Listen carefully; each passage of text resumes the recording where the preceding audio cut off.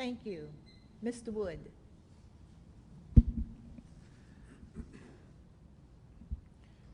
Could you repeat the question, please? Yes. It was long, wasn't it? Many East Side schools have high percentages of low socioeconomic students while also having low grades and academic progress. West Side schools have the reverse.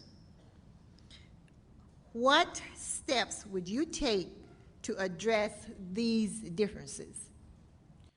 Well, I think we need to take a direct head-on approach to it, particularly where these things are happening. I've heard a lot of proposals towards mixing up the district lines of where the schools are to try to change the numbers. I think that's a bad route to go because juggling the numbers into a different location is not going to change the students who are having problems with the success rate. Juggling numbers doesn't solve the problem. We need to hit things direct on. Once again, I'm going to raise the big two M's I've been talking about. Motivation through mentors. This is what will help get out of student scoring. Some students simply do not do as well in school, but most of them, in my experience, is the fact that they're not motivated to do as well, and they can do better. We motivate our youth, we can make it happen. Mentors is a big way of doing it. The schools can't solve it all. We need to encourage our parents and the community to be as much of a mentor for their children as they can be. The teachers can't do it all, but we can try to put more mentors into place and encourage the community involvement to be higher. Once again, juggling the location of the schools, closing one school, opening another, the problem's still the same. It's the students not having the motivation that they need to have. We need to get that opportunity to them. Thank you, Mr. Wood. Mr. Gabb. We're starting off by selling our students short. When we talk about the fact that students can't master Algebra 2 or whatever, we're selling them short. We need to have a plan in motion. We need to get the best and the brightest principals, the best and the brightest teachers into schools, and it's not going to take a one-year fix. It's not going to take 2 or 3 years. We need a long-term plan to turn these schools around. The answer is in research. I bet you that they have school districts across this nation that are about the same size as we are, and they have tried things. The answer is in the research. If we look it up, we'll find out this worked, this didn't work. But we need to address that problem, have a long-term plan, and the problem is societal. We need to get the parents to buy into the fact that the way out of poverty, the way out of anything, the way to a better life is through education. Thank you. Okay, I have some questions from the floor and some borrowed glasses.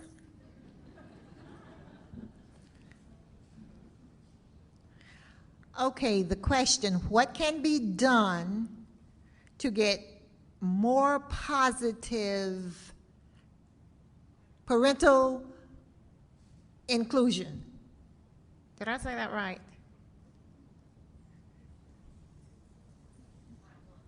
Involvement. I am sorry, borrowed glasses. And I will start with Mr. Gabb. I teach at Talbot Elementary. I teach math to gifted students. And Talbot is always an A school because parents are involved.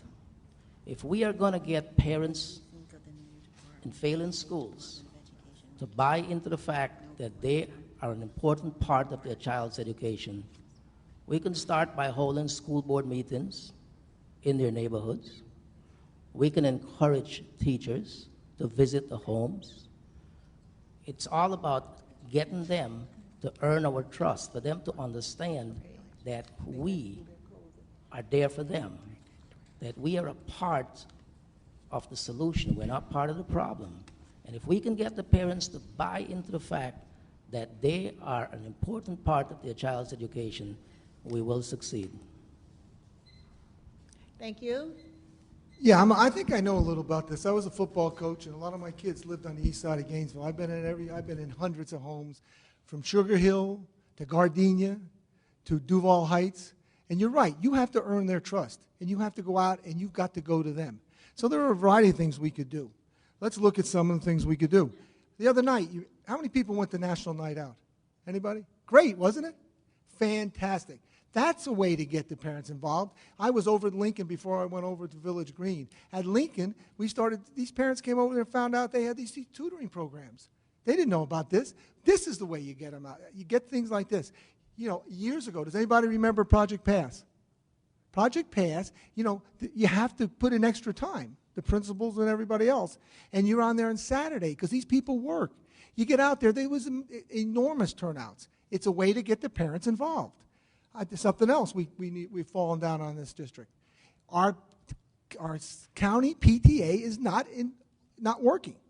We need a county PTA so it can help the schools on the east side. I went to Metcalf. When I tried to get them to go to the PTA rally, I offered to pay for them to go on a bus that ACEA paid for. I only got one person. But you know something? I'll go back again and ask them again. One other thing. Caring and sharing. I went to a charter school, Caring and Sharing. They're a full-service school. They rent out their facilities for the community. We need to do those things. We need to provide things like young mothers. These are the things we can do to get the parents involved. Thank you. I'd like to start slightly before and comment about the question. The true point that's being made here is parental involvement. Parental involvement is the number one key to our children's education. The Alachua County school system is not the number one educator for my children. Me and my wife are. And the thing is, if we had the majority of this community going with that belief and that profile of raising their children, instead of throwing the kids at the bus stop and saying goodbye for the day, we would not have this problem, would not have this question being asked today. But because the question's being asked, we have to get more programs that invite the parents to get involved. We do not have a very active PTA here. To tell you how inactive the PTA programs are here, since my daughter has been in school for 2 years, I have yet to be invited to one. I have yet to see a single flyer about one. And I'm active with my daughter in school. I talk to her about it every day when I see her. There's a problem with that. Simply starting and initiating an active PTA. Now, maybe there's a PTA, but not an active one. And I'm talking Littlewood Elementary right here in the middle of town. There is a PTA, but not a single person has said a word to me about it, and that's an example that I'm giving.